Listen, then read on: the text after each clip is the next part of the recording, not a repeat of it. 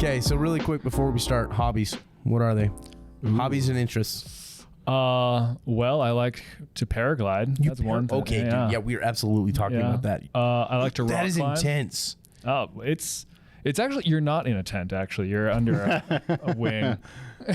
Dude. Hiking. I like to hike, and that's pretty intense. See, I can hike because I can walk. But dude, you paraglide like legit. You jump off of a mountain with a paraglider and you float around the mountain forever. Well, hopefully you're not jumping. Hopefully you're just flying off of the mountain because you want to be not falling. Yeah, you should tell them about like the temperature gradient stuff that you were telling me about. So we all know that the ocean is a fluid, but few of us think that the atmosphere is actually a fluid as well.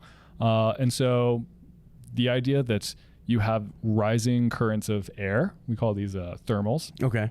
And sometimes you'll see an eagle or a hawk or something soaring up and it'll be turning in circles. It's actually turning in rising air. But like anything, what goes up must come down. And so around that thermal, you'll have air that's falling.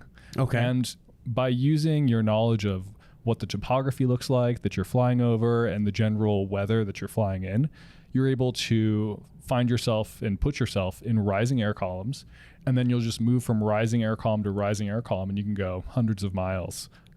Seriously. Yeah, it's pretty cool. So it's the ultimate if nerd. you're smart. If you're extreme smart about it. Yeah.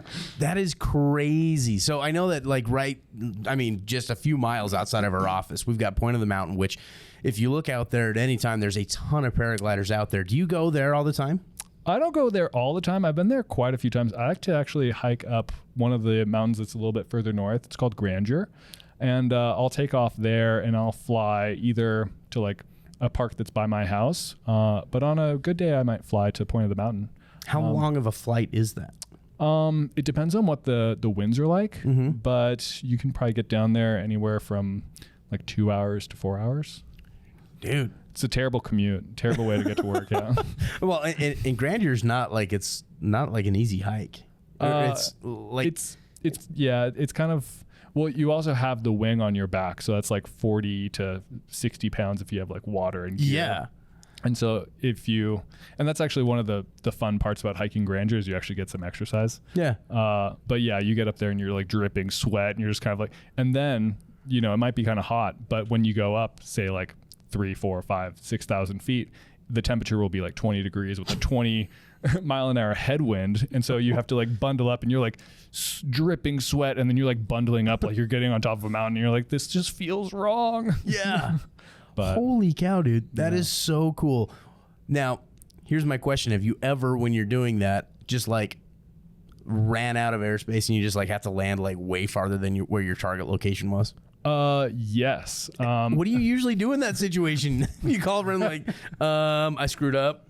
I'm way over here now, or how does that work? So there's a thing called retrieval. So if you end up, there's power in negative thinking, right? So you always want to plan for the worst, but hope for the best. And so an experienced pilot will never be in the air when they want to be on the ground. So you want to maintain having knowledge of weather and the climate and like what the general trend of the area you're flying in is really important. Yeah. But a bigger part is you're not going to run out of airspace, but let's say you're on the mountain range that's just to the east of Salt Lake, right? So yeah. But if you start going deeper to the east, there's not a lot of roads. And so what you're doing is you're taking on added risk. For sure. And you have to know, if you do a crossing and it's really deep, which would be like, say you have like a 40-mile hike out, right? Like that's kind of deadly if it's like summertime. You want to make sure that you're taking on that risk with the knowledge that you actually have the ability to get to your destination. I don't really go anything deep like that, but I've been in cases where I was like, I think this air is going to be rising over there, and it's just sinking. Luckily, I was in Santa Barbara, and there was a fire that was there, and so I had a big old clear space to land. And I ended up hiking up another mountain and launching and going back to the beach. So it worked out fine. But it definitely kind of puts perspective of like, oh, wow, like you're flying in something that you can't see. And so having the knowledge and the experience to make good decisions is actually like the real craft. Yeah. Wow, that is insane. What on earth made you want to get into paragliding? Oh my God. Because when I look at this, like I've always looked at it going like, yeah, that'd be kind of cool. And then I get into a freaking virtual reality setting where like there's another virtual reality place just down the street where it's like base jumping, but it's terrifying. I'm jumping 3 feet, but it feels like I'm jumping out of an airplane, and I'm just like, nope, I'm out. This is no fun at all. So how in the world do you like actually how did you want to get into paragliding and I guess get your start there? This is such a long story. I'll try and condense it the best I can, but essentially when I was 19, I traveled in India for 6 months just as like a sort of I'm going to go and do this thing. And I met this woman, Mary, who is actually a nanotechnology engineer who lived in Germany. But she ended up quitting her job in Germany and riding a bicycle from Germany to Delhi, India. Holy crap. Through, all of the countries that you would imagine that you would need to ride a bicycle through. And granted, this was 15 years ago. Yeah. And she came there to paraglide. And we ended up traveling for a little bit, and I saw her paraglide, and I was like, wow. The way a 19-year-old would, they'd be like, I want to do that. Oh, for sure. Yeah, if I look back and I'm like 19, I might have been all about it. Now I'm just like, nah, I'm good. And then years later, I found myself in Santa Barbara going to school, doing physics. And it's also like the best place in the United States to learn. And so I was like, you know what? I don't know if I'm going to get another opportunity. I mean, I'm here now. So Salt Lake is probably the second best. Just best place to fly, not the best place to learn because it's kind of gnarly here. Yeah. But yeah, essentially just a long dream that worked steadily to make it happen. That is so cool. Anyways, this is Billy. This is his second day on the job. This is my second day. So, anyways, we pulled him in to be on the Big Access podcast. But Billy has now joined our integrations team, which we've got our integrations team lead over here, David Jones. David is how Dallin and I always say his name after that SNL skit with Will Ferrell and Jimmy Kimmel and Drew Barrymore when they're in the hot tub. Oh my gosh, it's the greatest skit ever. It's so funny. Super classic. Yeah. But anyway, so David, you actually live in Washington. Yes. You're one of our remote employees. Yeah, one of the few full-time, and I think the only on the engineering team who is remote and full-time PDK employee. Yeah, that's awesome. Yeah. One of the cool things about David is I remember when Dallin was looking to come on board, he actually reached out to you beforehand. You guys were friends, right? You guys were buddies beforehand, and then he reached out to you. You looked at PDK and said, yes, this actually looks legit. And that's what made Dallin actually want to come on board. And now, a few years later, now you're on the team. Yeah. It took me a while longer. I was doing contract work before PDK and was, super happy doing that. Didn't plan on doing anything different. And Dallin kept working on me, and finally I saw the light and came on board. It's about time. That's awesome. One of the funny things about David too, so he came on like the week of ISC West. Now at ISC West, we do something really cool here on the marketing team where we buy everybody who's going to be going to the show and exhibiting.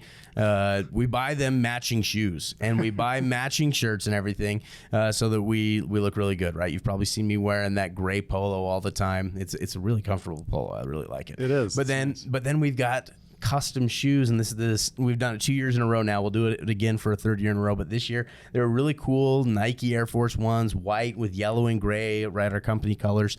And then I find out that David is going to be coming, and I'm like, oh, it is way too late to order you some shoes.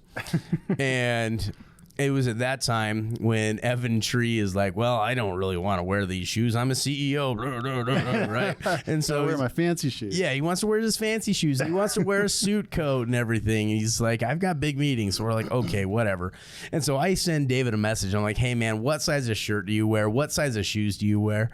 And he comes back saying his sizes, and they are the exact same sizes as Evan Tree. Now, when I say that, we're talking size 13 shoes. That's right. And so the fact that they were exactly the same was like mind blowing. It was destiny. that was funny. So anyway, so David looked just like us at the at ISC West. Yeah, that was a lot of fun. That was a really fun time. It was. Yeah, I'm already looking forward to this next trip. Yeah, me too. And this next time I'll actually know something about the product. You might actually know something. Yeah. And this next time, I think I'm going to try to avoid getting COVID. Yeah, that would be good too. That was rough coming home. That was not very fun. Yeah. So, anyways, today we have the integrations team with us on this week's episode of the Big Access Podcast, and we're going to be talking a little bit about integrations, why they're important, how we go about making these integrations work, and delivering the best possible experience for you and your end users. So, we're really excited about having these guys on. Definitely had to take advantage of the opportunity to get you guys on while you were here in-house. Yeah. So talk to me a little bit about integrations, Dave. Obviously, we have a bunch of people who reach out and they're wanting integrations, right? They're submitting API request forms to get our documentation to start looking at building these integrations to ultimately make our system work with other systems and create that turnkey solution for our customers. What does that process look like after somebody reaches out to you wanting to know how to make these integrations happen? Yeah, I mean, it's actually a pretty easy process. So an integration partner will reach out to us, and you can email integrations at prodatakey.com. And we'll just have a quick conversation, just kind of see what they're building, mostly out of interest, just to see how we can help them and what kind of opportunities might arise out of it. And after that, we do have an API license agreement that we sign with our partners. Pretty straightforward. DocuSign, takes a minute, and then we issue them credentials to the API. That allows them to start making API calls, to start really kicking the tires and seeing what the API can do. And so far, every company that I've talked to, most of the time they've talked to other access control companies as well. And they are blown away by our documentation, by the capabilities of our API. At the end of the day, a lot of our competitors can do the same things through their API. But the question is, how long is it going to take your engineering team to figure it out? Yeah. Right? How much time are you going to burn while you're building that integration? And a lot of times, interestingly, the developers who are going to be building these integrations are oftentimes driving the decision, right? A manager or someone higher up might say, "Hey, let's select an access control system." The developers are out there looking at documentation, right? Which one is going to be the most attractive to me as the developer? Yeah. And so we've kind of, I've always admired Stripe as a company. When Stripe came along, payments were really hard for developers. And Stripe came along and said, we're going to be a developer first company, right? We're going to make all of our products and documentation kind of focused at the developer so that they can have a really easy time of it. And that's kind of, as the integrations team, that's kind of the approach we want to take, is being the Stripe of access control. Just developers see it and they just want it, and they tell their upper management, and we go from there. That is so cool. Yeah. So when somebody reaches out to you and you guys go ahead and get that whole process started, is there ever any times where you just let them take everything, or is there other times where it's something that you guys take on to make that happen, or is there even times where there is integrated work from both parties? Yeah, no, we've done all of the above. I mean, generally it makes sense for one company or another to take the bulk of the development work, just because we have different development teams and different schedules and things like that. So, generally, sometimes it's a little bit of a dance. We both want this integration, but who should build it? Who should maintain it, right? And so sometimes there are some discussions early on about that. But generally, if folks are reaching out to us, it's because they've decided this is a valuable integration. They've got the engineering bandwidth. They want to tackle it themselves. And so obviously we love that. And, we want to provide as much engineering support as we can. So part of our role as the integrations team is developer support. We're going to, if you have a code question, we're developers. We can help answer that for you. We can help navigate the API documentation. And of course, we can get you set up with everything you need, like credentials and things like that. But yeah, we're some of our integration partners we have Slack channels with, so we really have direct access, and they have direct access to us, between development teams. So these are things that this is our job, is to make your life easy as a developer and an integration partner. Oh, that's really cool, and good to hear that there's kind of that flexibility to really make it a good experience all around for everybody. Yeah. I mean, ultimately, that's what we go about making these integrations for, is to make everything better on for the customer, right? And so, if they've got a good experience creating that integration, that is only going to result in a better integration in the end. Right. So exactly. And we've been talking about integration partners, but that's really like half of our mission. Half of our mission is to make sure that our integration partners have what they need. But the other half of our mission is to build first-party integrations, right? We know that there's integrations that our dealers and their customers need, and maybe that particular company is not able or willing to build that integration. Yeah. So we take that on ourselves, and that's this is a relatively new team, right? So we're just kind of getting started, but over the next few months and years, the number of integrations, if we have anything to say about it, the number of integrations available to dealers is going to skyrocket. That's awesome. So what type of integrations do we currently have out there right now that you guys are working with to make sure that is bringing a great experience to our customers?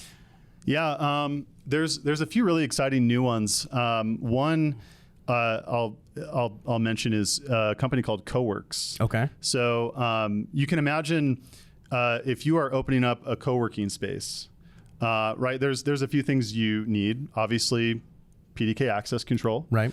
You probably also want a video surveillance system, something like Digital Watchdog or Turing. But that's just in the physical security realm, right? You also need business management software, right? You need something to manage your directory of users, their subscriptions, their billing, scheduling, all that kind of stuff. That's what Coworks does. So Coworks is a SaaS platform for co-working spaces. And what's cool about this is, Coworks has developed an integration with PDK. PDK has developed an integration with Digital Watchdog, and there's also an integration with Turing. And so, these three completely separate systems can now sort of behave as one system. They're integrated together. And what's interesting is the value of that of that product as a whole is greater than the sum of its parts, because customers don't want independent systems, right? The more systems they have, the more trouble they have to go through to manage each system individually. What they really want is one system to manage their business. Right. Do it all from one location. Exactly. Going through and having to manage multiple different platforms and multiple different softwares can kind of be a headache, right? Yeah. Man, that sounds like a nightmare. Yeah. Oh, yeah. Exactly. And so, what the customer needs are all these independent systems, but what they want is one system. And so the integrations act as that glue that form that into a single product that is really what the customer wants. And that's just so much more powerful for a dealer, right? If a dealer encounters a customer like that, a co-working space, they can pick these products off the shelf, and because of the integrations, they can hand it to that customer as if it was a single product, a single system. So it makes the dealer's job so much easier, because what they're selling is so much more digestible to the customer. So that's just one. Coworks is awesome. We also have a couple others I'll mention. A big one is Entrata. Yeah. So they are a real estate management platform based here. Yeah, they're just over right next to where the paragliding over Point of the Mountain is, just on the other side. Yeah, and so they're a real estate management. Think apartment complexes. They've created an integration that will allow tenants in these complexes to open up common areas like clubhouses, pool, things like that. So really, really cool integration that just kind of got off the ground, and they're just starting to. I think they've got a few locations now that are using it, and we're starting to ramp that up. Yeah, I've been talking with their marketing team right now about that, so I'm getting all ramped up on that one too. So glad to hear you kind of tease that one. Yeah, that's going to be cool. That's going to be awesome. One other that comes to mind is a company called Play by Point. They're another SaaS kind of business management platform for sports centers, mostly for like racket sports. But it's really cool because their software allows you to have like, let's say like a pickleball court that's unattended. Yeah. And so you go onto their website, Play by Point, you find a location, and you know, book a time, and then you get your credential. You can enter the property, you know, use the facilities, and then leave when you're done. And it's all a seamless kind of automated system. So, yeah. That is so cool. I mean, that's one thing that I think a lot of people don't think about when they're talking about the API and the integration side of things. Is this is not just integrating other security platforms together to work, right? Right. This is creating a full turnkey business solution. Exactly. Right. This is more than just smart security. This is smart business. Yeah. Which yeah. I love. And the thing is, you know, that package that I just described for the co-working space, that only makes sense for like a tiny fraction of your customers because it's very specific.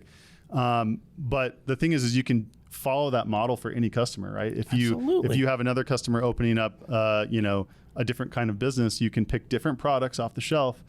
And if there's integrations between those products, then yeah, that customer is going to be very happy. So, but yeah, what you mentioned about, you know, physical security, a lot of our integration partners are these types of, you know, more business management type solutions. You know, moving forward, probably a lot of the focus of our group as far as first party integrations go are going to be more in the physical, you know, security space, right? Cameras and alarms and things like that. More of the bread and butter of you know, physical security. That's what we're going to be focused on. That's really cool. Bill, are you excited to take on all that? Of course. We were doing system design to understand the data flow just before we're coming in here, and it's a phenomenal system and very robust. And yeah, there's a lot of exciting things going on with the way in which the entire architecture of the system is evolving to meet just a better user experience. And yeah, it's a wonderful time to join the company. Yeah, it definitely is. Billy is an insanely fast learner. So man, he's picked up stuff really fast in these first 2 days, so we're excited to have him. That's good. No, that's really good. I mean, just hearing, you know, you talk just for a little bit, man, you seem like a bright guy, and I think David made a good hire. Oh, thanks, Brock. Nice. Anyways, guys, I am excited about the future with the integrations team, everything that's going to be happening with the integrations. I'm excited not just because it's something cool that I'll get to experience and witness here, but I'm excited for our partners and for the end users to ultimately have just the best experience that they can with PDK. I mean, ultimately, that's our mission here, is to help partners just have a wonderful experience. We're here to empower them and really to help them thrive with their business. And you guys are just another way that we help that to happen. Yeah, absolutely. And we have a blast doing it too. Good. Anyways, guys, we are just about out of time on this week's episode of the Big Access Podcast. So thank you a ton for joining. But for those of you guys who are watching this, make sure that you subscribe to this podcast, leave it a 5-star rating, and also let us know if there's anything in particular that you guys are looking to learn.